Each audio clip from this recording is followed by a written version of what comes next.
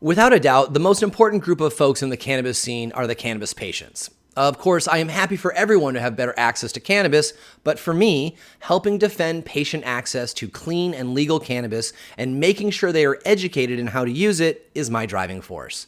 Even though I'm not a doctor, because I interview so many doctors and I bother to read the scientific papers that come out about cannabis medicine, lots of folks approach me at cannabis conventions, at the grocery, or even on the ferry back home to Vashon Island to ask for suggestions in relieving their symptoms of this or that.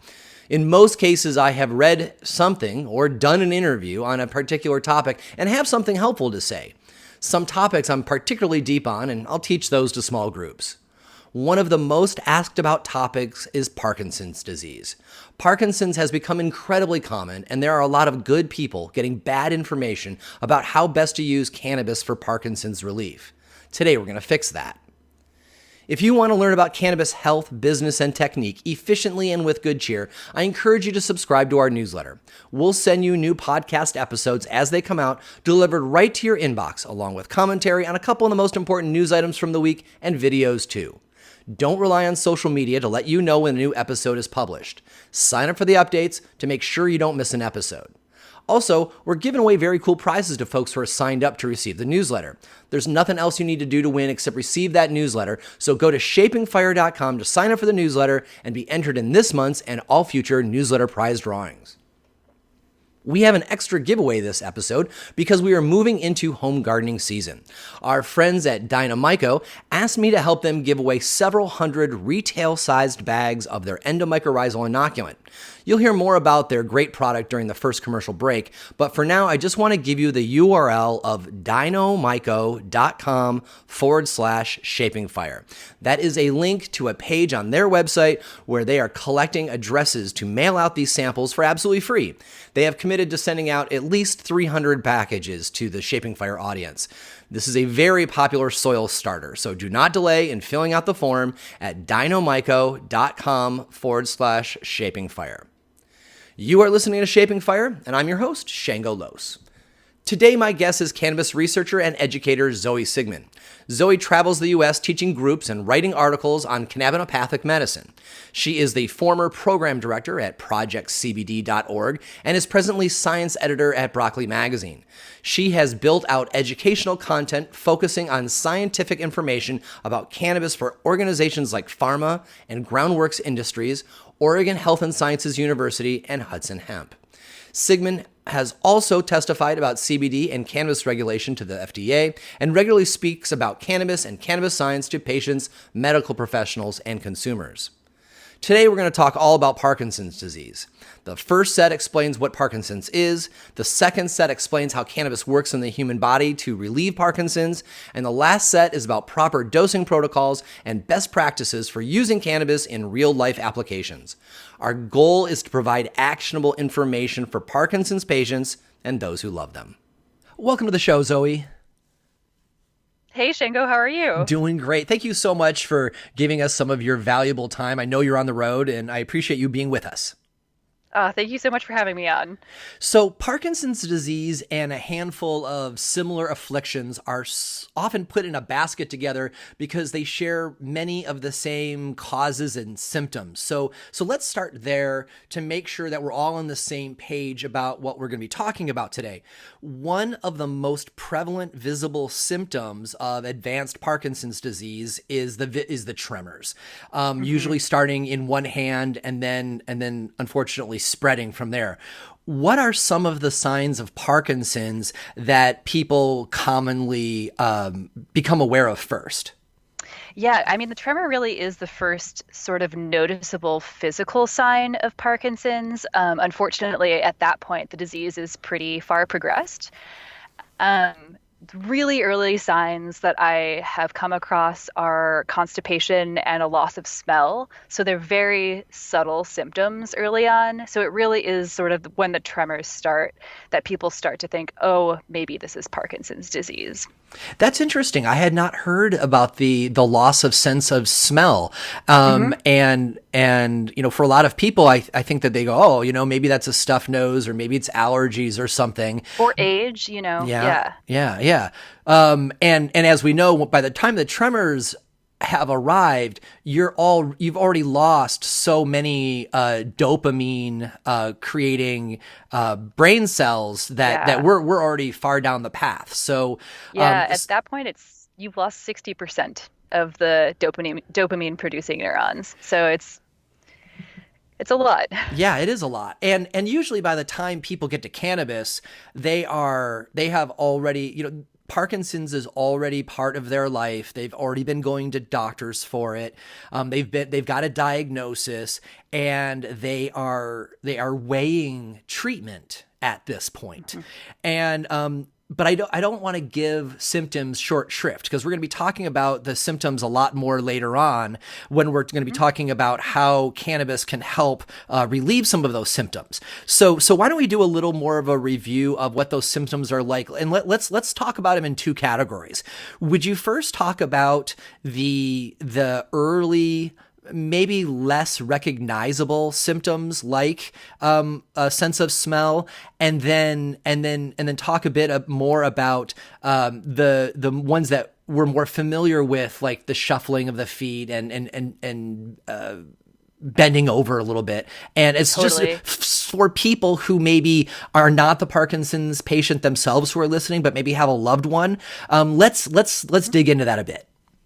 So some of the early symptoms, and these are also secondary symptoms later in the disease progression, are digestive issues. So not just constipation, but oftentimes like nausea or loss of appetite. Mood disorders are also common, anxiety and depression. This is both, it could be an early symptom. It's also, we're adults. And people who are getting older often have a little bit more anxiety about getting older. And so again, it's not like a concrete way to determine whether or not you have Parkinson's. Pain, sleeping issues, these are all things that can be indicative of Parkinson's disease early on, but they're also just common ailments as we age with other conditions. So it's difficult to say if they're directly connected to Parkinson's, but they are common in people with Parkinson's disease. As the disease progresses into the motor symptoms, you of course get the tremors. There's something called bradykinesia, which is slowed movement. So it's this inability to consciously move quickly. There's rigid muscles, impaired posture, loss of the ability to control your movements completely. And so it's like you have muscle spasticity, you have tremors, all of these like different involuntary movements are in slightly different categories, but they can look pretty similar to people who are not experiencing them. And that's one of the challenges, right? Because like one of the things that everyone recommends for Parkinson's is to start treating early, but so many of the early symptoms could be so many different things, swallowing problems and chewing and eating problems, right, and sleeping problems, and,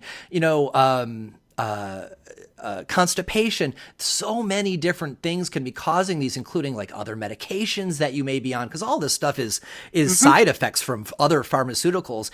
And more often than not, the patients that I have worked with, it is when the tremors start to arrive and you really have the difficulty with motor function, tremors, the slight hunching over, the shuffling of the feet because you can't get in a good step.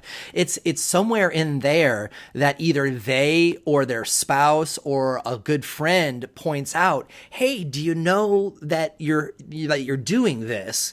And that's when people start going, oh man, maybe this isn't just something from the pharmaceuticals. Maybe this as a package is something more serious. Right. And that's a really hard realization for a lot of people. And, it's sort of at that point you can go in and the doctor can test for some like biomarkers of the disease. But if you're already there, it's sort of like, okay, here we go. Yeah. So, all right. So let's talk about more the underlying what Parkinson's is. And I know that it gets gray real fast because real fast because we don't really know.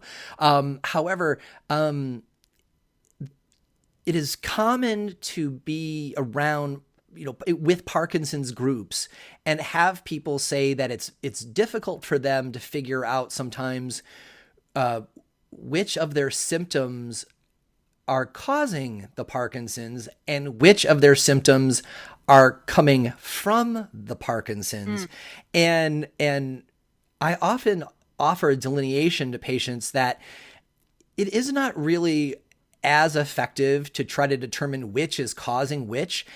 It's almost like these things are a package that start to show up at the same time, and the same attributes that we use to diagnose Parkinson's also cause these other symptoms.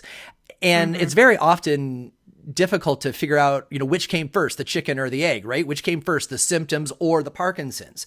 So will you kind of get to the heart of the matter and let us have a better understanding of what the state of the science is about what Parkinson's is and its cause to the best that we know, and so that we can start teasing out symptoms from cause? Totally. So, I mean, you are right to say that it gets gray really quickly. So there's a couple of underlying causes for Parkinson's disease neurologically. So it's characterized by the loss of neurons that produce dopamine in a particular part of the brain, and therefore a loss of dopamine in other parts of the brain later on. It's also marked by an accumulation of these protein clusters called Lewy bodies. Now, that really is sort of like a dead end. There's not a lot about Lewy bodies out there. It's just sort of like, here's a biomarker of Parkinson's disease. If you see an accumulation of this kind of protein, this is associated with this disease. For the most part, people and researchers are focused on the dopamine aspect of the disease, the loss of dopamine, how to prevent the loss of the neurons that produce dopamine, how to preserve dopamine that's hanging out in your brain. And other than that, the pathophysiology is very gray. We don't really know what factors play into the development of Parkinson's disease. It could be genetic, it could be environmental. We know that there are a couple of symptoms neurologically that are associated with Parkinson's, but not only Parkinson's. What you were talking about earlier, where Parkinson's disease is included in a lot of other neurodegenerative diseases, those diseases are often associated with neuroinflammation, oxidative stress, excitotoxicity, calcium channel dysregulation, a bunch of things in the brain that show that something is not functioning properly. And so Parkinson's exhibits all of those things as well. And so that actually brings us back to this idea that Parkinson's and its kind of related ailments, Parkinsonian syndrome, and the things that are all kind of often put in this basket, they're very often diagnosed by symptoms instead of what's going on in the body, which is always strange, right? When you, like other diseases, like lupus is another one of those, right? They're wow, we don't know what it is, but if you've got this basket of symptoms, we're gonna call it lupus so that we can talk about it, right? And but to distill what you just said down to what I think is the essential kernel seems to be that for our conversation today, Parkinson's is the loss of neurons that create dopamine, and it is the lack of the dopamine in the dopamine serotonin cycle that starts to cause the more serious aspects that we are more familiar with motor and mobility skills. Yeah. All right. Exactly. So, oddly enough, during next set, when we start talking more about how cannabis acts on Parkinson's, explaining to patients that in essence, this bigger picture that is threatening their life, it comes down to these dopamine creating neurons. In my experience, patients feel a certain amount of, they're glad for the clarity of purpose, right? Because Parkinson's is kind of this big amorphous thing that there are many opinions on. But when you bring it down to this one thing, that you're losing these neurons and that's what is inhibiting your life, patients tend to give me they get this look of this like an aha moment, and they're like, oh, now I can kind of focus on understanding this because I've named my monster and I know what it is.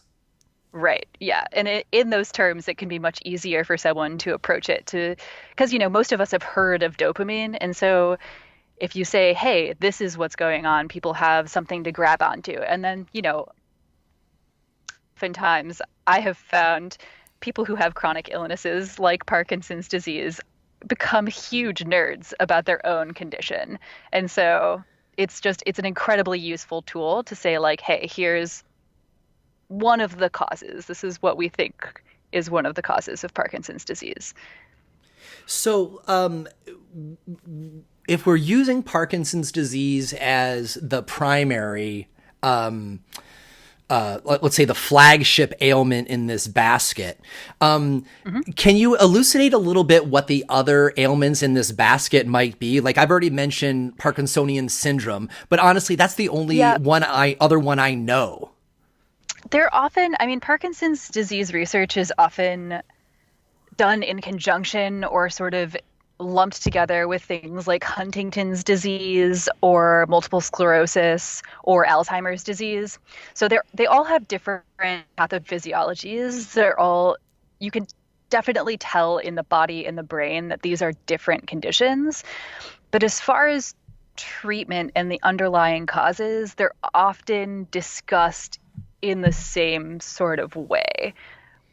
There's specific research in each of those areas, of course, but especially when you get into how cannabis interacts with these diseases, they're frequently presented together. So I know that you are very hardcore about keeping up on the up-to-the-date research on a wide range of diseases that you're very focused on. Is there a lot of research going on with Parkinson's and cannabis right now? I mean, clearly there's more science going on now with cannabis than there has been ever in human experience before. But still, technically, since cannabis is a Schedule I drug and illegal at the federal level, it's difficult to get cannabis studies approved at all. And so clearly there's Parkinson's research going on, but how about Parkinson's and cannabis research? Yeah, actually, I'm pretty impressed with the amount of cannabis research that focuses on Parkinson's disease, and it largely focuses on CBD. And I think that as CBD has become more and more legal, researchers are really latching onto it as a compound that could be beneficial for a number of diseases, including Parkinson's. That said, the evidence that cannabis could be useful for Parkinson's has been around for a really long time, like since the late 19th century, before Parkinson's disease was called Parkinson's disease. There was evidence that cannabis, at that point, cannabis indica, could help relieve some of the spasticity and shaking of the condition that is now known as Parkinson's disease. And so there are older pieces of research that focus on cannabis without being specific about the cannabinoid content or THC. There's also evidence coming out about endocannabinoids, minor cannabinoids like THCV, CBG, all of these things are areas that researchers are starting to look at from the perspective of Parkinson's. And I think it is because Parkinson's is one of the most common neurodegenerative diseases in our older population. And so in addition to that, there isn't really a good treatment for it. There aren't medications at this point that slow the progression of Parkinson's disease. There is really one or a very small handful of medications that can treat the symptoms, but the disease will continue to progress. And so researchers are really dead set on trying to find compounds that can slow the progression. And I think that's why there's been so much interest in cannabis and cannabinoids. Yeah, absolutely. And, it's interesting that you mentioned that cannabis has been used for Parkinson's before it was recognized as Parkinson's, going back 100 years, because when you see these old antique bottles of cannabis, you're reminded that historically cannabis has been some 70% of the pharmacopoeia of what we humans used for everything.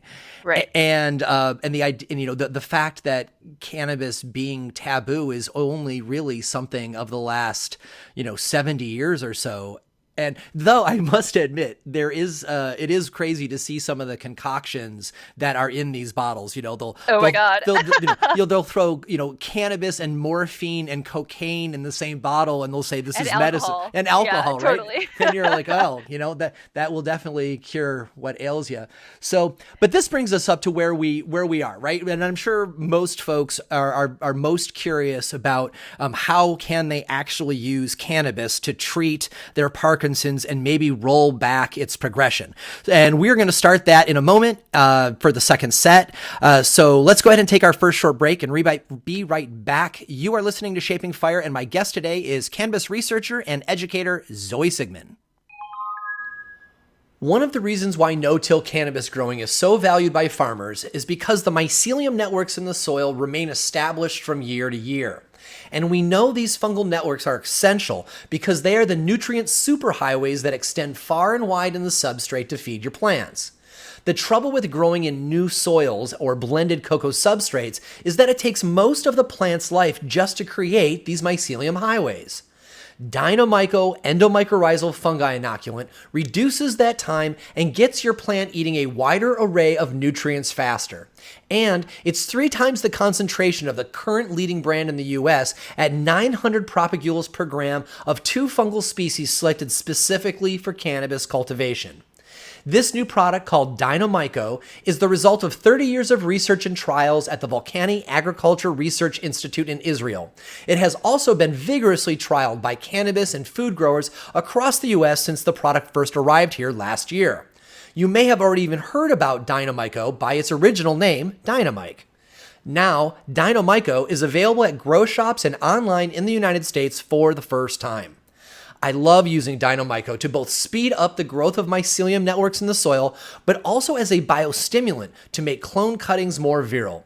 You can see side-by-sides showing the comparative growth on their Instagram at Dynamyco. If you demand reliable growing results and appreciate the importance of an active root zone in creating a thriving plant, I encourage you to check out Dynamyco at dynamyco.com and find out where you can get yours. That's DYNOMYCO.com. Whether you are starting with new beds or pots, or if you want to add some zing to tired soil, choose Dynamyco to maximize your plant's potential. Dynamyco endomycorrhizal inoculant. Did you know that Shaping Fire has a fabulous YouTube channel with content not found on the podcast? When I attend conventions or speak or moderate panels, I always record them and bring the content home for you to watch. The Shango Los YouTube channel has world-class speakers, including Kevin Jodrey of Wonderland Nursery talking about breeding cannabis for the best terpene profile, Nicholas Mahmood on regenerative and polyculture cannabis growing, Dr. Sunil Agrawal on the history of cannabis medicine around the world, Ben Cassidy of True Terpenes on using terpenes for health in your everyday life, Reggie Gaudino of Steep Hill on the cannabis genome, and Jeff Lowenfels on the soil food web.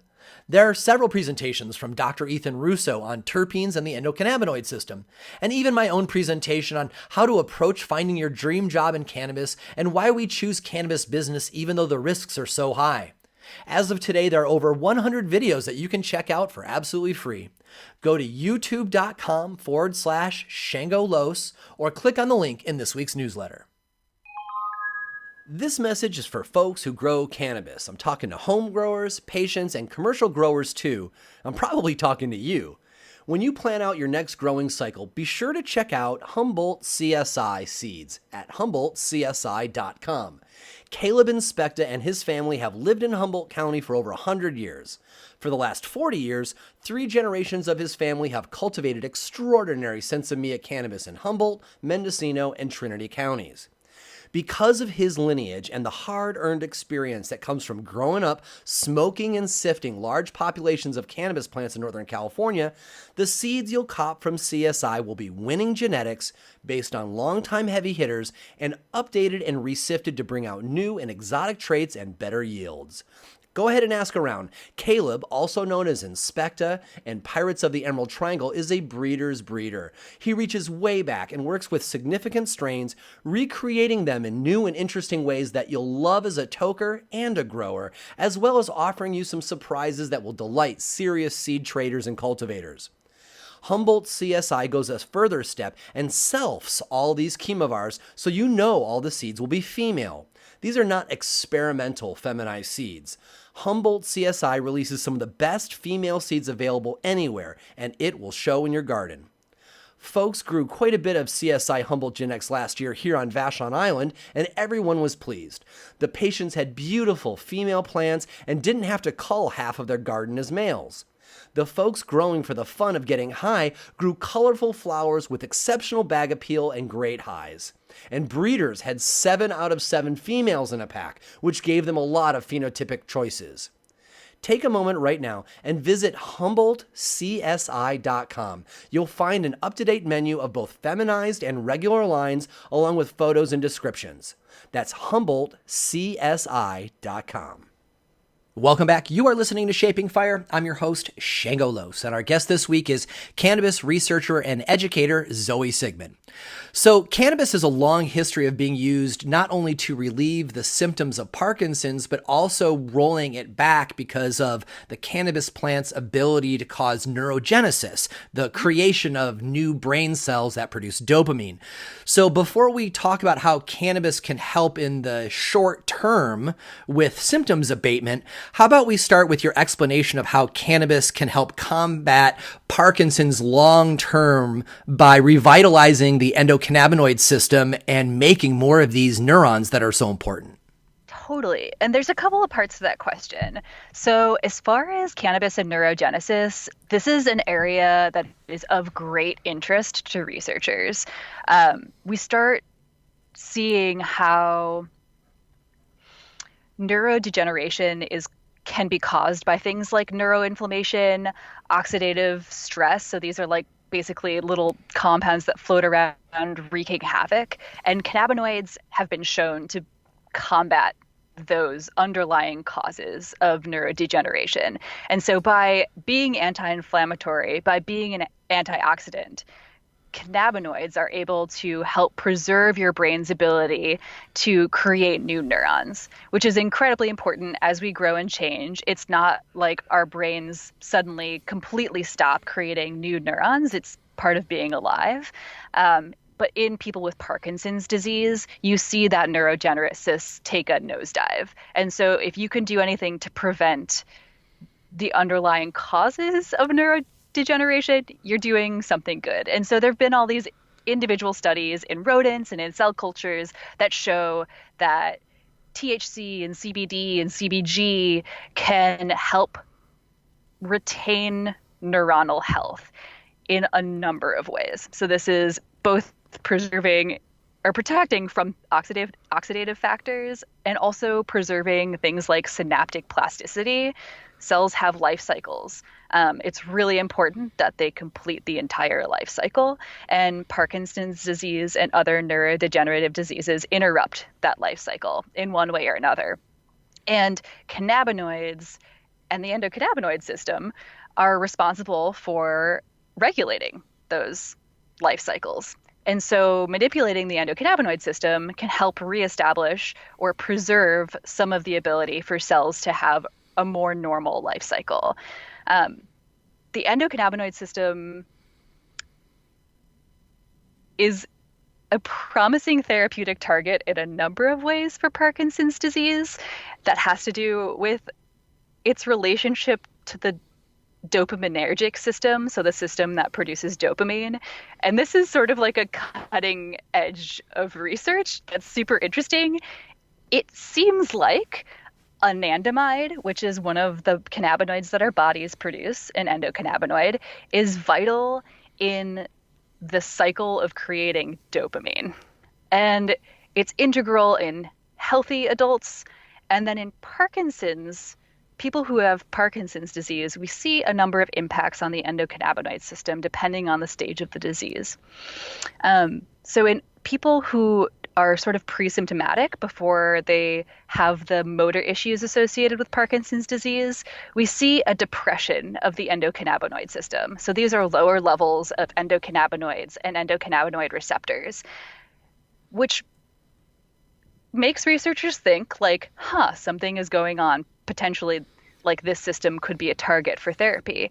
And then as the disease progresses to the intermediate and advanced stages, we start to see those motor symptoms, you get an overexpression of endocannabinoids and endocannabinoid receptors.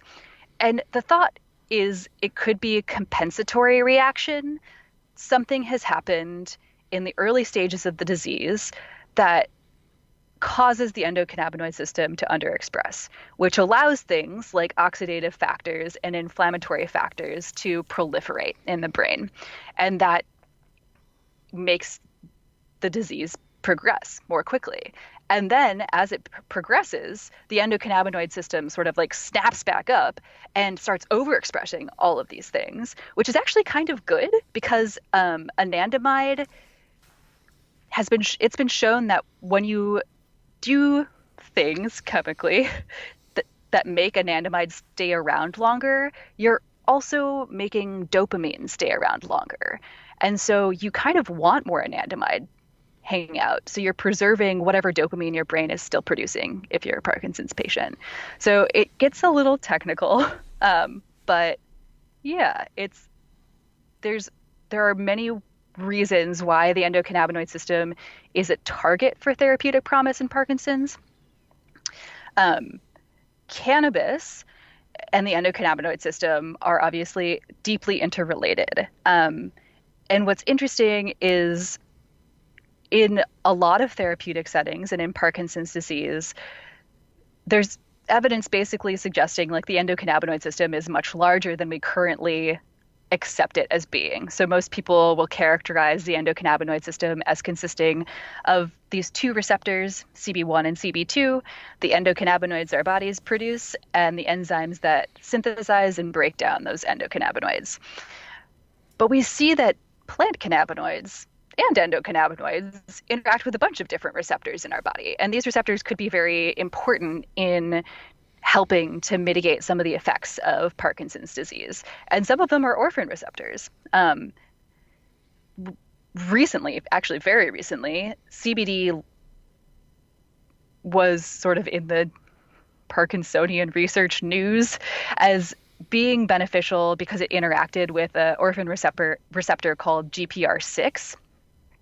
And it was an inverse agonist, which means it makes the receptor do the opposite of what it usually does, which is good because activating the receptor causes an increase in Parkinsonian symptoms. And CBD, by making it do the opposite, caused a decrease in those symptoms. And so you start to see like very specifically like all of the effects that different cannabinoids could have on all these different receptors that could be beneficial or not beneficial for Parkinson's disease. All right, so let's unpack a little bit of this because it is complicated, but your explanation is on point.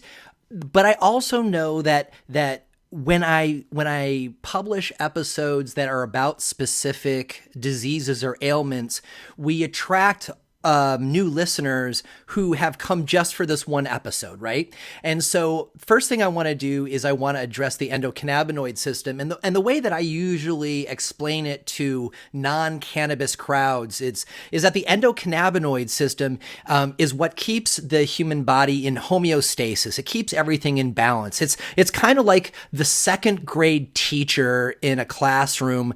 And when the second grade teacher is in the classroom, the kids are generally well behaved and doing what they're supposed to do.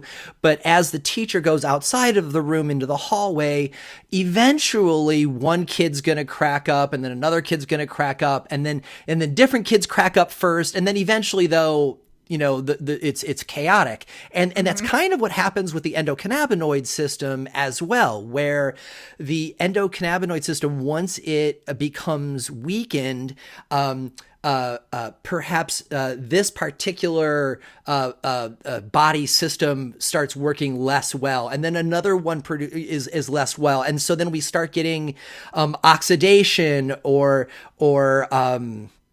inflammation because our body is not doing its general house cleaning that keeps the body in homeostasis. And so since these cannabinoids that we're talking about, which naturally occur inside the human body as endogenous cannabinoids, meaning produced inside the body, we turn to cannabis for phytocannabinoids because we can get them from a plant and they do the same thing, which is signal, right? These cannabinoids are being used to signal, to turn switches on and off in different parts of the body, which is essentially doing this homeostasis work. So if we have a dearth of these cannabinoids and our body is not producing them, the switches cannot get turned on and off, and it's as if the second grade teacher is leaving the room and the kids start to act up.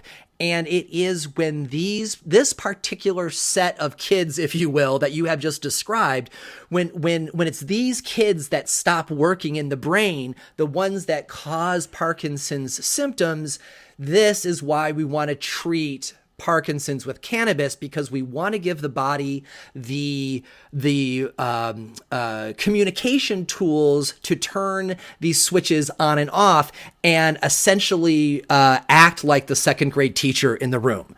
How do you buy? Do you like that? Do you buy that? Yeah. All right. I think it makes a lot of sense. This is how a lot of researchers look at finding compounds to treat conditions. What's wrong with the cells? What can we do to make the cells do what they normally do?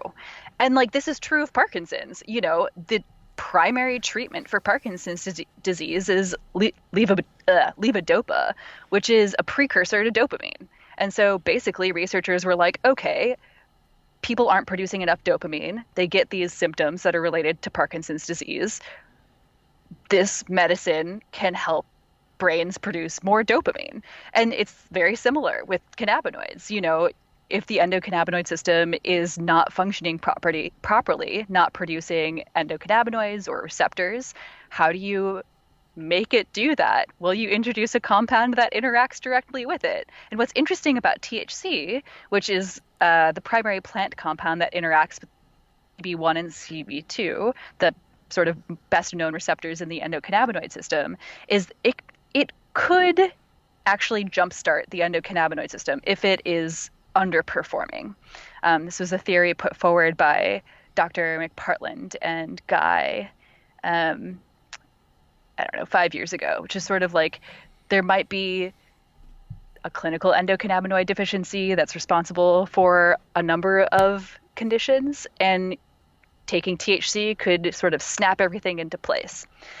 On the other side of it, chronic use of THC downregulates the CB1 receptor, and which doesn't really seem to be much of an issue for chronic cannabis users. And this is completely theoretical at this point, so please, this is just from me reading research, everyone listening.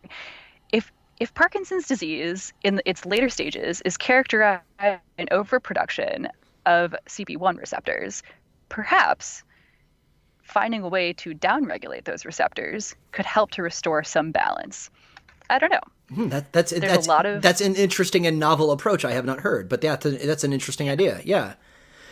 One of the things that I think it would be worth teasing out here a little bit is so far you and I have been talking kind of generally about this basket of cannabinoids that we're going to take from the cannabis plant, and somehow these cannabinoids support this endocannabinoid system. But I think it's important to make sure people understand that these various cannabinoids, each have their own job, which is one of the reasons why it's so important to take whole plant preparations. You don't want to just take a cannabinoid isolate like pure CBD crystal or something like that, because that is not treating the whole endocannabinoid system, which is what our goal is.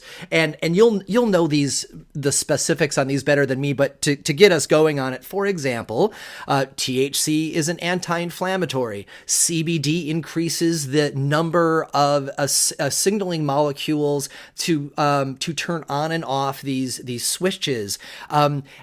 CBG, while it decreases the experience of neuromuscular pain, it also offers patients the confidence to feel that they can overcome the stresses that their body's under. So, each one of these cannabinoids, taking one on its own doesn't get us where we want to go. It's the fact that all of these different cannabinoids, including the ones that we have not even figured out exist yet, these different cannabinoids, when they work together in concert, they are rehabbing our body's basic systems, bringing them into homeostasis, which by definition will be decreasing the underlying lack of dopamine that we call Parkinson's.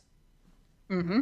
Yeah, totally. I mean, it's really important. It's really interesting to look at bringing this back to Parkinson's too, because we're still really figuring out what causes Parkinson's disease. We're also still figuring out what we can do to make it better. And so sometimes it's like you have to do three things at once to make the symptoms of Parkinson's disease decrease. A good example of that is in a rodent model, they had a CB1 antagonist, so something that blocked the effects of CB1, and they also had a FA inhibitor. So they had a compound that basically made anandamide, the endocannabinoid that our body produces, stay around for longer. So they blocked CB1, made anandamide stick around longer, and saw a decrease in symptoms associated with Parkinson's disease in rodents. And it's like, you're looking at least three different targets in that model, PPAR gamma, CB1, and then the FA inhibition. And it was only when all of those things were together that you saw the results, So it's just combining these things can be very, very powerful. And it's not what Western medicine is used to doing. And on top of it, each one of those compounds have many molecular targets in the body. It's not just THC will do this one thing because it interacts here. It's like THC does lots of things because it interacts everywhere. So does CBD.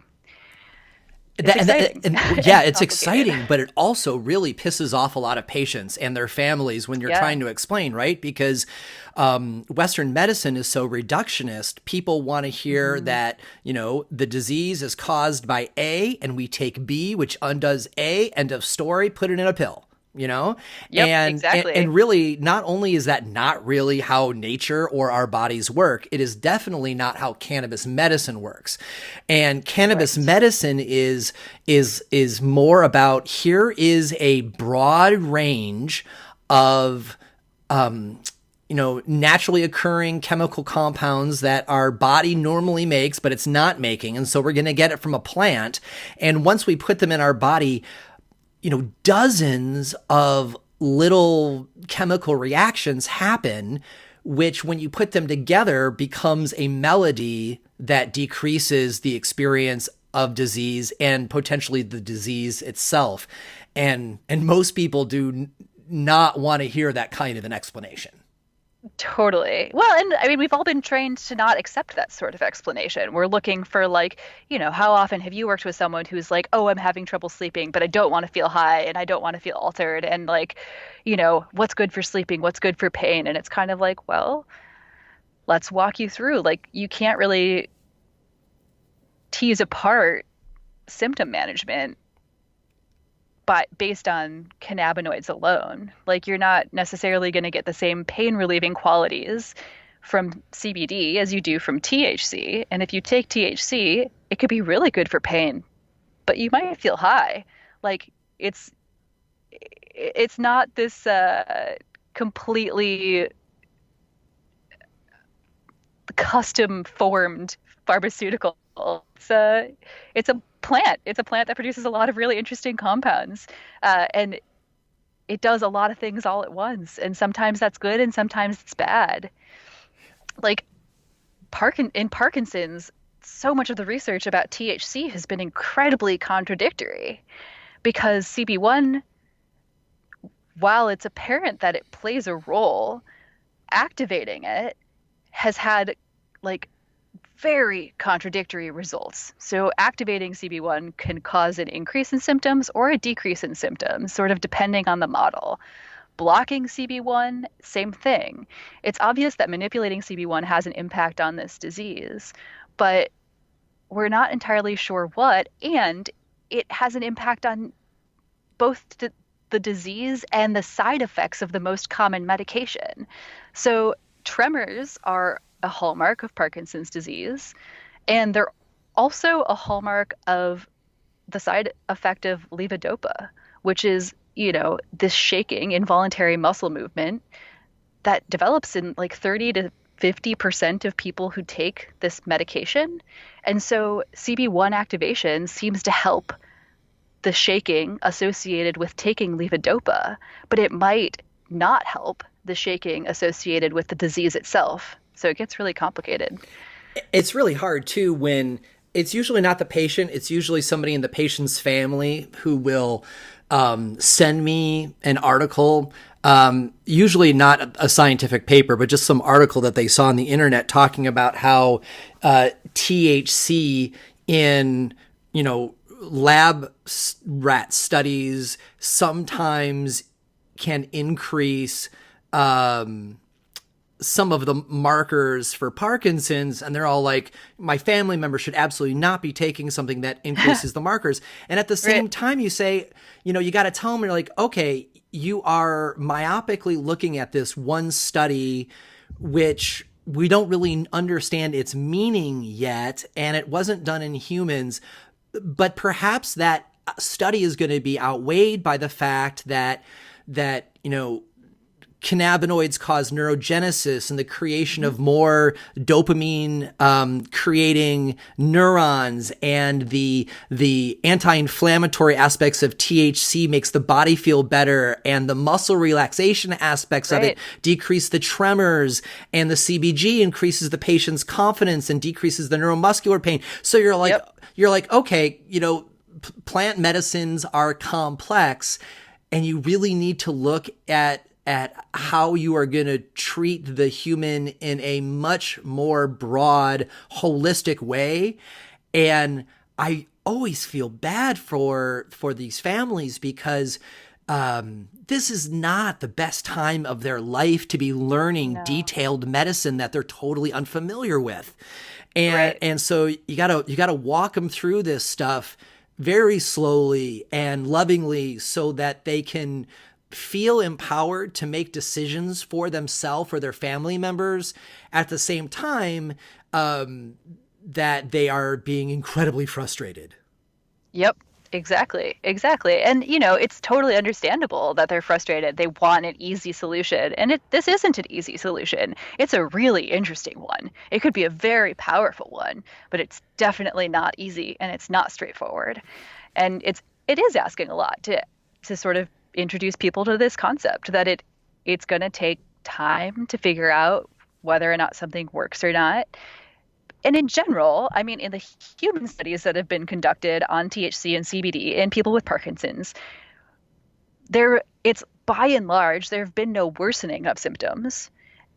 At worst, usually it's like nothing happens. So if that's the worst case scenario, why not try it? Because the best case scenario can be incredible. It could help cease some of the involuntary muscle movements. It can make people happier. I mean, quality of life is huge. And that's a stunning effect of cannabinoid therapy sort of across the board, even if people don't observe any sort of metaphysical manifestations of cannabis therapy. They feel better. And that's really important. Yeah, that's a very good point. And I also like your point that, nothing may happen at all, but you're really only risking good. Most of the time, well, not most of the time, every Parkinson's patient that I've ever, become familiar with and taught a dosing protocol to, they fall into one of three categories. Either category one, for whatever reason, it doesn't seem to have any effect. And they're frustrated by that, and that sucks, but that's the nature of the beast. So sometimes that's basket one. Basket two are people who are able to relieve their daily symptoms to some degree, and maybe all the way, which can be like a huge win. But the Parkinson's continues to progress over time. Right. And they're not able to turn the tide on the Parkinson's. And then there's the third category, which is always delightful to run into, where they're very responsive to cannabinopathic medicine. Their daily symptoms decrease right away. And their treatment of the endocannabinoid system causes their body to start creating more neurons that create dopamine on the body's own, and then the body's endocannabinoid system fires up, and the Parkinson's rolls back, and their test numbers become better, and and everybody is astonished for the miracle cure. And, right.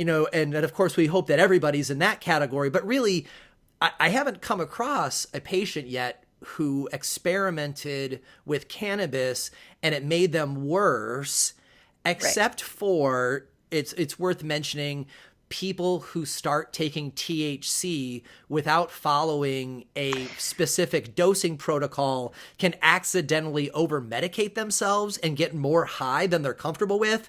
And that can be, an hour or two of displeasure, or more often than not, people who are the age that people generally get Parkinson's, I find that those people more go to sleep than have a paranoid experience. But it is something worth mentioning.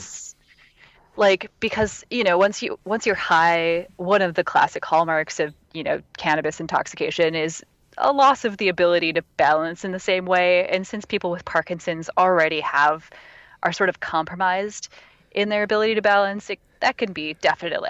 I've experienced patients who got really scared because they lost their balance when they were high, and so that's like, yeah, totally understandable. But again, it has to do with that's too much. You could take less, definitely. And I've run into actually many Parkinson's patients who are very sensitive to THC. And it could have to do with the expression of CB1 in their cerebrospinal fluid. They just have more targets for that THC to hit. And so maybe they're getting high faster. It's funny. I had one patient that I was working with, and that was her primary complaint, was that when she would take some purple flower THC in the evening before bed as a tincture, so that she could get a good night's sleep, and then maybe 2.5 hours she would normally get up to use the restroom, and the THC was in her body, and she felt a little unstable going to the restroom. And I told her, I said, that is a thing for some people.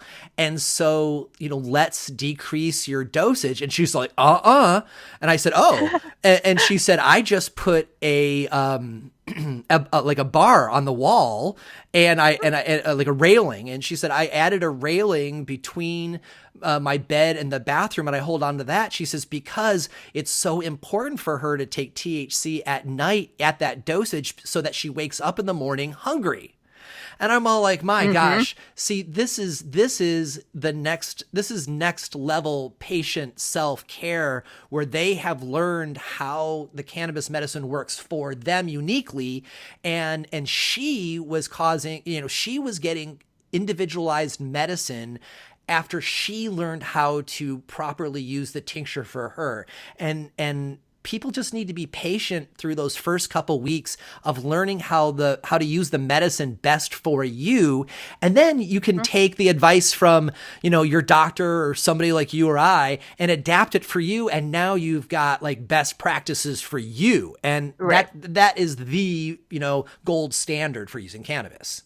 Totally. And it is. I mean, it's a lot of experimentation, and it can take a little bit of time. And, having patience can really turn out well. Yes. All right. So before we go to commercial, I want to talk about the use of cannabis to relieve short-term symptoms. And we've already touched on a bunch of this, but, generally up to the now, we've been talking about, fighting Parkinson's as the disease to try to get rid of it, to get rid of the underlying lack of dopamine issues.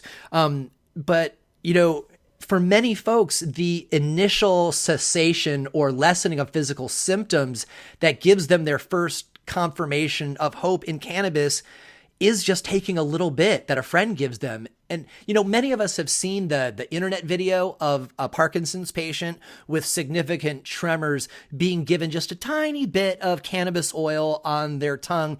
And then like within 4 or 5 minutes, those tremors are gone and they're chatting and, their friends, they're crying, and it's like powerful, videos. Yeah. And there's plenty of these, on YouTube that people can check out. Seeing that happen in person with a patient, it really is breathtaking. And so let's talk about like the short term. What symptoms have you seen abated with cannabis in the short term? And when I say short term, I mean like you take some tincture, consistently, let's say every 3 or 4 hours, and the symptoms go away, to some degree within a day, and then more so day 2. So very, very swift response. Totally. Tremors, pain, sleeplessness, appetite. All of those things I've seen return in Parkinson's patients, and it really improves their quality of life. Not only that, when patients are eating properly because they've got their hunger back and they're getting a proper night's sleep, it's helping the underlying systemic issues that are going on for them, because none of us are going to thrive with crappy food and crappy sleep. And also the quality of life shoots up remarkably. Absolutely. Yeah, the anxiety and depression is such a big issue for everyone who lives with chronic disease. And so if you can manage that with cannabis, it's huge. Yeah. So when we get back from the commercial, we're going to get right down to specific cannabis dosing protocols and methods. But right now we're going to take our second short break and be right back. You are listening to Shaping Fire, and my guest today is cannabis researcher and educator, Zoe Sigman. Growing cannabis in greenhouses is taking over the cannabis industry. An efficient and effective blend of sunshine-grown terpene profiles and the controlled environment of indoor, greenhouses can be the best of both worlds. For many greenhouse operators, though, building their greenhouse before gaining insight into how cannabis greenhouses differ from ornamental crops can be the start of a world of hurt. Eric Branstad and his team at Greenhouse Advisory Group have the experience and technical know-how to help you avoid these pitfalls. Eric Branstad has been helping cannabis growers find locations, design, build, and equip their greenhouses for over a decade, first starting in Northern California, but expanding over the last 5 years to helping clients throughout the world. He has an impeccable reputation for both depth of knowledge and kindness in communication. You can hear Eric explain some of the challenges facing cannabis greenhouses and how to overcome them in episode number 41 of the Shaping Fire podcast. No matter where I go in the country, good people with smart backgrounds still are making the mistake of building without knowing cannabis, and it causes them to burn through capital and time fast. Everyone has their own failure point. For some, it is improper ventilation planning. For others, it is surface temperatures of the building or the plant's leaves, or both. Some folks that build their greenhouse from scratch make really basic errors like placement of the greenhouse on the property or not understanding the natural environment where the greenhouse sits. Some have even built a decent greenhouse but are inefficient in their deployment of light deprivation techniques and never really hit their target yields. It's great when you learn from your mistakes, but it's even better when you learn from the mistakes of others.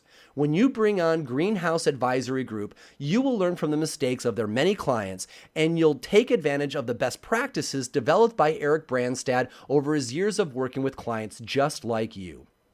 From location development to choosing a builder and tricking out your new greenhouse or retrofitting or rescuing your failing greenhouse, Eric will help you through it. Visit greenhouseadvisorygroup.com to learn more and connect with Eric and his team. That's Greenhouse Advisory Group. As a business owner, you are incredibly busy. In reality, you are responsible for everything your company does. You've got so many responsibilities every single day that often you just don't have the time to really dig into your marketing as deeply as you'd like. You know there's more that you could do to reach out to new customers and encourage loyalty in the customers you already have, but you certainly don't have the time for it, and you're not ready to hire somebody full-time for that role either. For you, I recommend Blunt Branding. At Blunt Branding, Kirsten Nelson and her team are focused on improving your bottom line. You know, most marketing firms are excited to make your logo, packaging, and website very pretty, but they leave responsibility for improving your bottom line up to you. They don't want that kind of responsibility, but that's pretty much the most important part of marketing, right? Kirsten and her team will help you engage new customers, funnel them to your point of sale, whether it be online or a storefront, and keep them coming back to you and telling their friends. Now, if you happen to be a new cannabis company or an established company moving from medical to adult use in your state, Kirsten especially can help you. Not only is she well versed in marketing and finance, but she totally gets cannabis, whole plant medicine, terpenes, heritage farmers, and the particular needs of startups. Check out what she did recently for Moontime Medicinals in Humboldt at moontimemedicinals.com. Kirsten and her team put together a whole brand package for them, built their website, and wrote their sales materials. No doubt this is a paid commercial spot, but that does not mean they bought my opinion. I've worked with Blunt Branding on 5 projects now for various of their clients, and every single time they have done more than they have promised and over-delivered on results. I love how they generate new revenue and focus on that as the goal instead of just making a pretty logo. Similarly, every single friend I have referred them to has come back to thank me, and that just does not happen every day. Grab a pen and paper because the website address is coming up. If you want someone to implement marketing programs that feed your bottom line, give Blunt Branding a call. They will share proven techniques to increase your audience and generate sales while using cutting-edge technology solutions in the background that make all of this easy, automatic, and trackable. Go to shapingfire.com/Blunt Branding to find out more. You can also click the link in our newsletter. Blunt Branding, marketing that makes you money. Cannabis is fun medicine, and we love to celebrate it. Cannabis connects people and creates opportunities for new friendships. At the Toke Shop, we create custom cannabis-themed jewelry, money clips, rolling trays, and home furnishings that you'll love. And they also make great gifts, too. I'm Ashley Villafranca, owner of the Toke Shop. I came to cannabis as a patient seeking an alternative to the pharmaceuticals being pushed at me for chronic pain and fibromyalgia. I realized that not only was cannabis a huge help in controlling my symptoms, but I found cannabis to be wonderfully social too. Cannabis makes friends. So I took my love of jewelry design and blended it with my newfound passion for cannabis and began handcrafting bracelets, earrings, and friendship necklaces, and then expanded to money clips, rolling trays, and other home furnishings, all made in sterling silver, 14-karat gold, and aluminum, so there's something for everyone's budget. I consider it all to be new age cannabis fashion and cannabis couture. I invite you to stop by my website at thetokeshop.co. At thetokeshop.co, you'll find a wide array of attractive and fun cannabis items starting at only $10. And if you're fancy, there are very fine luxury pieces as well. And I'm always happy to do custom orders with your name or a particular theme. Come check out my array of items hand-stamped with terpenes, cannabinoids, and other cannabis themes. That's thetokeshop.co. Thanks. Welcome back. You are listening to Shaping Fire. I'm your host, Shango Los, and our guest this week is cannabis researcher and educator, Zoe Sigman. So here we are at the part of the show that a lot of people have been waiting for, I am sure. We are going to go through specific dosing protocols to get you started with using cannabis to help treat your Parkinson's disease. You know, historically, Parkinson's patients have been recommended to start with a, air quotes, 2-to-1. of 10 milligrams of CBD and 5 milligrams of THC every 3 to 4 hours, which is about the amount of time that the cannabinoids stay active in the bloodstream. While a reasonable place to start, even this basic dosage protocol, though, definitely has room for customization, especially if the patient has never tried cannabis before. I wouldn't want to start them out at 5 milligrams.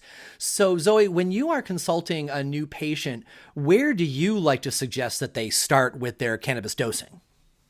Yeah, I generally suggest that they start lower than 5 milligrams. So 2.5 milligrams is a pretty good place to start. Even then, I have had people with Parkinson's disease say that that was pretty significantly altering. And so if people are nervous about the feeling of being high, start with 1 milligram of THC. I'd still say at least 10 milligrams of CBD. You can basically take as much CBD as you're comfortable with taking. There's a lot of information about CBD for Parkinson's patients, clinical studies and observations that show dosages really up to 600 milligrams of CBD have been shown to have benefit in various aspects of the disease. As far as the THC is concerned, we really want to avoid people feeling uncomfortable. And so 2.5 milligrams, 1 milligram if you're really nervous. The first time you take cannabis medicine, we really hope that you don't feel anything, because that means you can increase your dose. And it also means that there are very, very rare people. I have had cannabis researchers suggest to me that maybe it's 1 in 10,000 people who have a severe reaction to THC, where they'll take a very small amount of it, of 2.5 milligrams, and they will have an outside response to it and get really high for a few hours. And it is incredibly rare. And I've only come across one person in all of my years talking with cannabis patients who is that sensitive. But if it's you, or if it's a family member, or if you're a caregiver, you don't want to be the one that finds that rare patient. And so if the patient does not have an experience with THC, starting at incredibly small, what regular cannabis patients would consider laughable, starting with those laughable amounts really is the best way to go. And we'll talk more about method later, but this is one of the reasons why I really like tinctures for patients, because if you're smoking, you can't control your dosage at all. And if you're taking a concentrated oil, it's really hard to get low doses. And if you're taking capsules, you're stuck with whatever's in that capsule. But if you are taking a tincture, you can take a full dropper, you can take a half a dropper, or you can just take 3 little drops, whatever is convenient for you. And that is how we would get to, as you suggested, a 2.5 milligram THC dosage, or if the person hasn't had any at all, maybe just give them 10 drops, which is going to make you'd have to do the math based on what's on the bottle, what it says on the bottle, right? But let's just say that 10 drops is going to be 1 milligram, perhaps. Well, let's start there, because you can always increase your dosage. Once it's in your body, it's much harder coming back.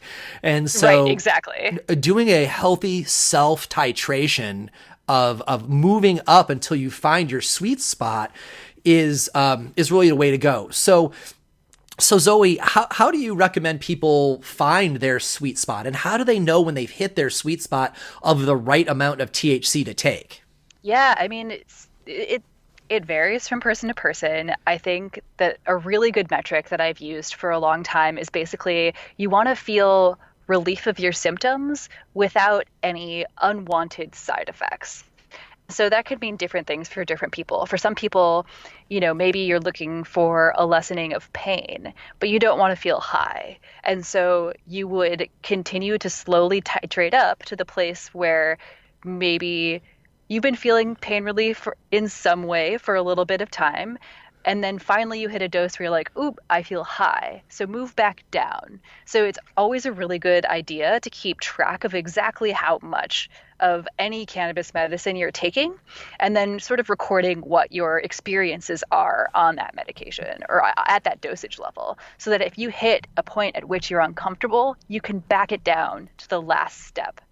And it's good to point out that it isn't like if you add one more drop, you go from not feeling it to being like super stoned, right? There's a progression of not feeling anything. Maybe you had a couple sips of wine amount, and then maybe you had a glass amount, and then maybe you actually had a martini intoxication, and then maybe now you're kind of slapping at light switches or grasping at the doorknob, and then you're really high, right? So there's this range that so long as you start on the low end, you can tiptoe your way up. And what I have found is that there are many Parkinson's patients who tell me that they don't want to feel high and they're afraid of feeling high. And so they'll titrate in 1 milligram, 2 milligram, 3 milligram, and then somewhere around 4 milligram, when they start to actually feel anything at all, they're all like, oh, I really like the warm sensation that I get from it. And then at 5, or 6, they're like, oh, I really enjoy this. It really makes my TV much more interesting. We had laughs last night, right? And and generally speaking, unless somebody is, very familiar with cannabis medicine, there really isn't any reason for a novice to really go much beyond 5 or 6 milligrams unless they are experienced and unless there is either they've got some kind of a resistance that they've built up over time, or if they're dealing with a significant pain component and they want to take a lot more THC to deal with that. But if you're just getting your legs under you and learning about using cannabis for your Parkinson's, generally speaking, you don't really have much business going above 5 until you know what you're doing, because anywhere above 5, you could have a surprised over medication experience. Once you're an established cannabis patient, though, pretty much anything under 10 is going to be pretty safe. And then it's okay to play with even more than that too. It's absolutely sort of what you feel and if it's effective. And people do build tolerance to THC, and so if you're using it every day, you might need to increase your dose. And if you go above 10, that's fine. It's not scary. It just depends on your body and what you need. Yeah, I think that's the kicker, right? It's not scary so long as you have built up the experience to get to that point. I mean, there's plenty of cannabis patients that are taking 100 milligrams of THC in an edible at once, but it's not their first time taking cannabis, right? These are these are patients that have been that they have learned how cannabis works with their body, and they learned how to do it and when to do it, and they're very experienced. But for the vast majority of people who are coming to cannabis, all of our work on THC is going to be done under 5 milligrams. And, generally speaking, as much whole plant CBD as you can afford. And it's a shame that it has to be that way, because, the cheap stuff, the affordable CBD is very often questionably made isolate from other countries and such, which are not going to give you the benefits of entourage effect and really working with the whole system of the body. The whole plant preparations, they're more arduous to make, and their prices generally reflect that. But thankfully, they seem to be more effective, or as effective at lower doses as CBD isolates at higher doses. And so you can play around. I mean, I think that it is beneficial for almost everyone to take a pretty large amount of CBD at some point in their life, as long as you're not on medications that stress your liver, and see what it's like, and then sort of start to understand what different amounts of CBD can give you as far as benefits.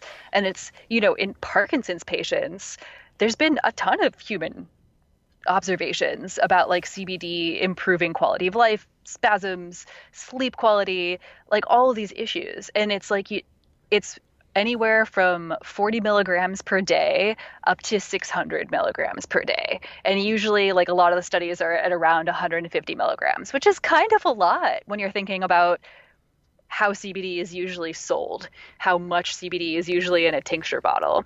But it's just to say, like, if you can afford it, if you can find like a high quality preparation, go for it. And also, it's unfortunate too because so many of the products on the shelves in licensed stores, they will make an extraction of a THC plant, and then they will spike it with CBD isolate so that they Right. can get like huge CBD numbers, but it's not really a whole CBD plant. And so often people, I will often recommend that taking the cost off the table for a minute, if they can afford it, go ahead and start with their 2.5 milligrams of THC, but plan on 5 milligrams a dosage to be your target. And then if you can take 10 to 20 milligrams of whole plant CBD with that, 3 to 4 times a day, so that you end up with, between 60 and 100 milligrams of whole plant CBD and, 15 to 20 milligrams of THC spread out over the whole day, you're going to very likely see a significant benefit, right? Because Totally. you're giving a healthy dose consistently throughout the day, and you are rebuilding your endocannabinoid system. And so just because some of the studies that we've seen are, 200 milligrams and up a day, many of these studies are still being done on rats, and the dosing does not always. Well, actually, Go in the ahead. CBD studies in Parkinson's, it's in humans. Oh, That's well, what's that's really good. impressive about Parkinson's disease. Like, there's a bunch of preclinical stuff in rats, like really interesting stuff with CBD. But the dosages I was talking about, those are all based on humans. All right. So then my follow up to that would have been, since you're more familiar with these studies, are they always using whole plant or are they using isolate? Ah, yeah, excellent question. That information is almost never provided. Yeah. It's So probably isolate. yeah, and so it's interesting. People will often get poor or no results on a few hundred milligrams of CBD isolate, Right. but you give that same patient 25 milligrams of whole plant and oh my gosh, suddenly it works because the Feel different. body knows how Yeah. to deal with that instead of Yeah. just Well, and there's giving it an also isolate. quality questions. I feel like in CBD isolate, in the world of CBD isolate, you're a little bit more susceptible to fraud, honestly. People just mislabeling what's in the bottle and misrepresenting what's in the bottle. And you do need to be careful about who you buy your products from for that reason. No one's regulating this. And so you need to trust the person who makes the oil, the person who grows the flower that goes into the oil. It's a bit more of an involved process than other medications, definitely. And another place that patients get super frustrated, right? Yeah. Because there's so many places for things to go wrong on the path from the plant being in the ground to being in your hands at home. There's potential pesticides that are being used at the grower step. And then you've got, some extraction methods are better than other. Like I'm a big fan of ethanol extraction because it really pulls out the whole plant. But if you can't get ethanol, I would probably go and try some, CO2 extraction, though that is not my personal preference. I'd always go to the ethanol first. But then you can come all the way down to people using distillates and isolates and spiking a THC cultivar. And so most patients are not going to be sophisticated enough to be able to unravel that.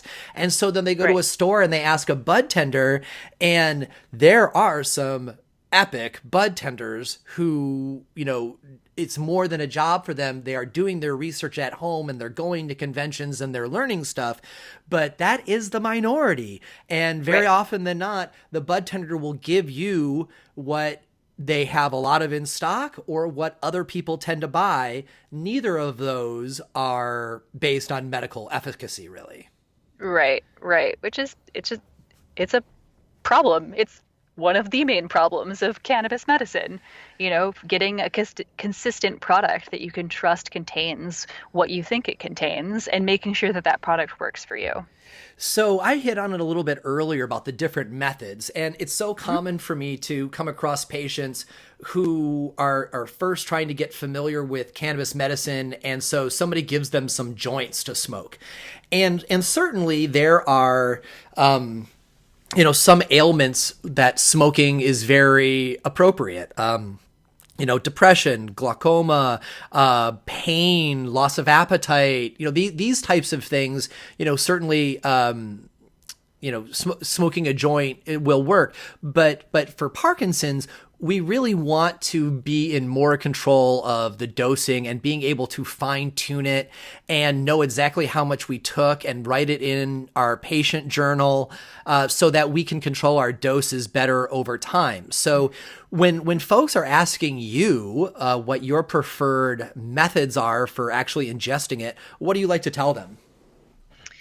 Usually sublingually. So sublingual administration involves holding a tincture or spray under your tongue for a minute to allow some of the active compounds, in this case cannabinoids, to pass through into your bloodstream more readily.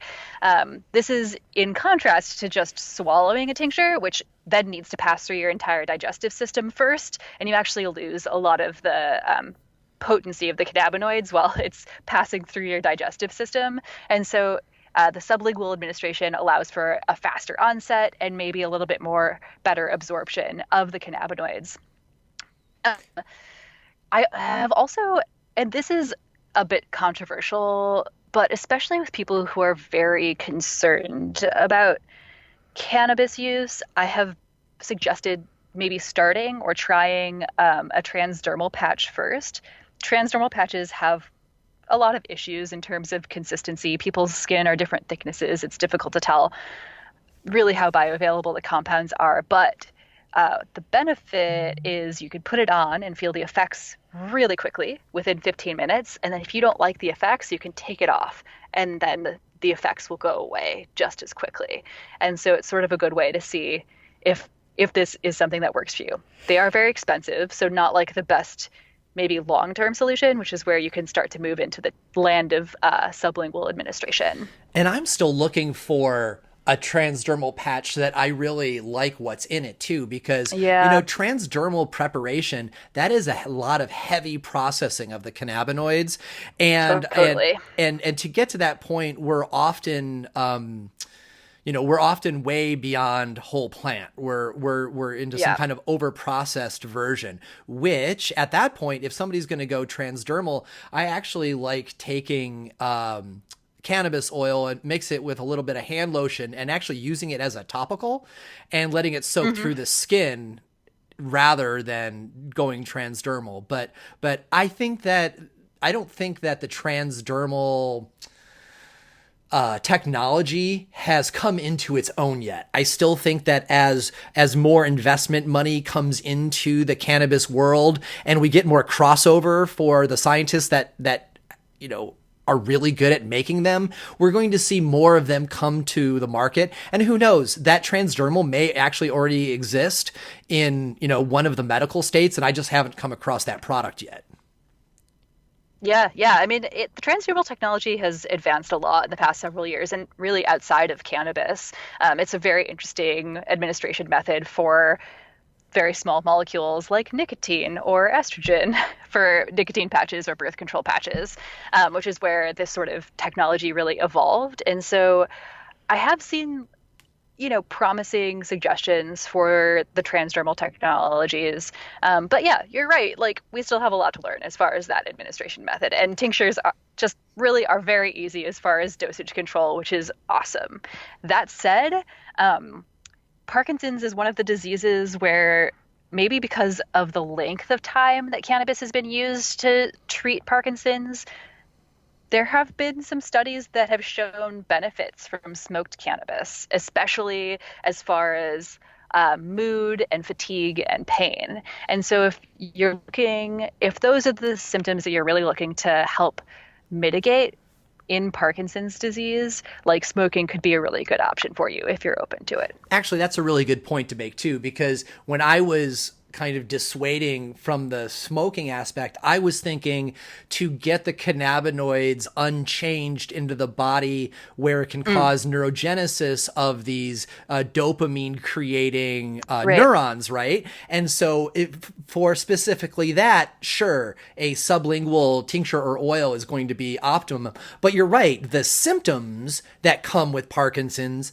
can very well be treated with a joint, and especially the quality of life aspect. I know a lot of Parkinson's patients that they have found that their favorite part of their day is sitting on their porch and smoking a joint and just feeling not crappy for a while. Right, totally. It's really important. I think another thing to note about anything that you ingest through your mouth is if you take your cannabinoid medication with fat, something fatty, a fatty meal, a fatty snack, your body will absorb those cannabinoids like significantly better, like 2 to 3 times better. And so it's always worth noting that if you are taking a tincture or an edible, eat a spoonful of peanut butter or ice cream or an avocado or whatever to really help your body absorb those cannabinoids. And this is not an excuse to eat cracky calories either, right? I mean, like we're talking about a very small amount of fat to the point that, a lot of good capsules are made with a little bit of oil and a little bit of coconut as the fat in a capsule, and that's it. So this is not this is not the reason to take a little bit of cannabinoids and then a pint of Ben and Jerry's, right? Right, totally. That's not what we're saying here. Yeah. No. Yeah. But if that's how you want your fat, maybe a couple spoonfuls. Yeah, there you go. So, another thing I think we should hit on before we wrap up our conversation is that, while you and I have both seen huge successes for Parkinson's patients using cannabis, and the vast majority of patients that I've come across who have used cannabis have gotten some good results to the point that Parkinson's is kind of low hanging fruit for cannabis. It's not, it's one of the more easily accessible and treatable diseases with cannabis. It doesn't work for everybody. And it's important to be clear about that sometimes folks will take cannabis and they just won't see the changes that they want. And they'll be like, I don't know why, but it doesn't work for me. And I don't have an explanation why it doesn't work for everybody. But to know that is a possibility. And sometimes you also have to play around with the dosage. And sometimes it's weird. Sometimes I suggest that people, like after they've tried for a few weeks and they're like, it's just not working for me. I'm like, well, put the rest of the cannabis medicine you have aside and like just take a break for a few weeks and then come back to it and approach it again. And sometimes it works the second time and sometimes it doesn't. But I think that it's important for people to know that if they are going to give this a try, there are people that they don't get the benefit that they are looking for, while there are people who get incredible benefits. So be gentle with yourself, and take notes in your journal so you are sure you're taking enough. Because honestly, when people say that cannabis did not help their Parkinson's, it's almost always the fact that they misunderstood the dosage and they're taking such a small amount that it wouldn't help anybody. Right. Yeah, totally. I mean, and I think an important part of the jobs that both you and I do at helping patients is modulating expectations and trying to help people approach cannabis medicine as realistically as possible. And it is really important. I mean, many of the Parkinson's patients that I've worked with have not had benefit from cannabis therapy, and that's okay. And they were okay with it. And part of the reason they were okay with it was, walking into it knowing that it doesn't work for everyone. And there's a bunch of things that you can try, and it's okay if it doesn't. It might. And that's where it's like modulate expectations and keep hope high, And usually by the time the people get to cannabis, they've already tried everything else anyway. Everything.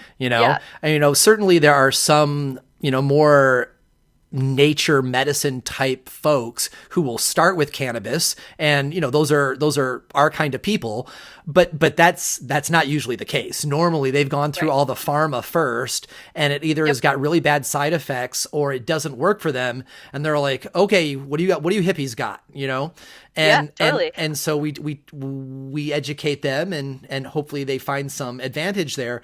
But even people who don't find that the cannabis medicine is actually helping reverse or roll back their Parkinson's at the root core, their quality of lives are almost always increased, just because taking a little bit of cannabis and the muscle relaxation aspects of it, and getting your getting the munchies, getting your appetite back, and being a little stoned, for the vast majority of patients, that in and of itself makes life better. Totally. And it has been in some of the human studies on Parkinson's disease, both THC and CBD have helped people get off of pharmaceutical painkillers, which is another huge benefit. Even if it's not helping with Parkinson's directly, helping you get off of opiates, which might not make you feel very good. I mean, I have only taken opiates once and it made me puke for days, and it's like, but if that's your only option for pain relief, having another option is really nice. And so it's like there's all these things to take into consideration when you're considering whether or not cannabis medicine is effective. Yeah, absolutely. All right. So let's wrap this up, because, patients and families and educators who are still with us in the show, they are probably just lit with interest at this point, and they're probably going to want to take this and learn more. So before I ask you for where you would recommend people to go, I want to start by recommending your video. That is on the Shaping Fire YouTube channel at youtube.com/Shango You just gave a great talk at Vimeo on Vashon Island about getting to know your endocannabinoid system. And it's great. You expand for about an hour what we did in about 10 minutes today. And not only is it playful and you're a humorous person, but also you use Star Wars metaphors to explain the endocannabinoid system, and so it makes it pretty delightful. So folks can check that out on the Shaping Fire YouTube channel. Where else do you like to send people, Zoe, to learn more? Yeah, Project CBD, which is the nonprofit I worked for a year and a half. Before I worked there, I recommended people go there. And now after I work there, I recommend people go there. I think that's an incredible resource, and will continue to be so. And I think that as far as putting out information that's accessible to people who are not necessarily scientists, it's still one of the best. I'm going to go ahead and double down on your suggestion of projectcbd.org, which my listeners are certainly familiar with, because it's the only web resource that I plug consistently, because as far as I'm concerned, it is the only always trustworthy source for information that's been vetted. Plus, you can get both kinds of articles. You can get articles that translate cannabis medicine and research into, regular person vocabulary, but also there's a section on the site called conditions that you can click on. I think there's like 50 different conditions there, including Parkinson's. And when you click on it, you will get links to all of the original scientific research on pubmed.gov. So if you're the kind of person where, an article is not going to give you the level of specificity that you need to make health decisions for you and your family, going to the projectcbd.org site under conditions and clicking Parkinson's and getting access to the science firsthand, you'll feel so much more satisfied with the path that you take, knowing that you have read the science yourself firsthand. Oh yeah, it's wonderful. And I mean, if people really want to get into it, pull up PubMed and search Parkinson's and cannabis. And PubMed is a database that collates all of the scientific research that's being done, I'm pretty sure on everything. But if you open it and search for a specific condition and cannabis, there's thousands of articles, and it could be a really useful resource. Fantastic. So, Zoe, thank you so much for taking the time out of your schedule to hang out for a little bit and to share your vast experience on this topic.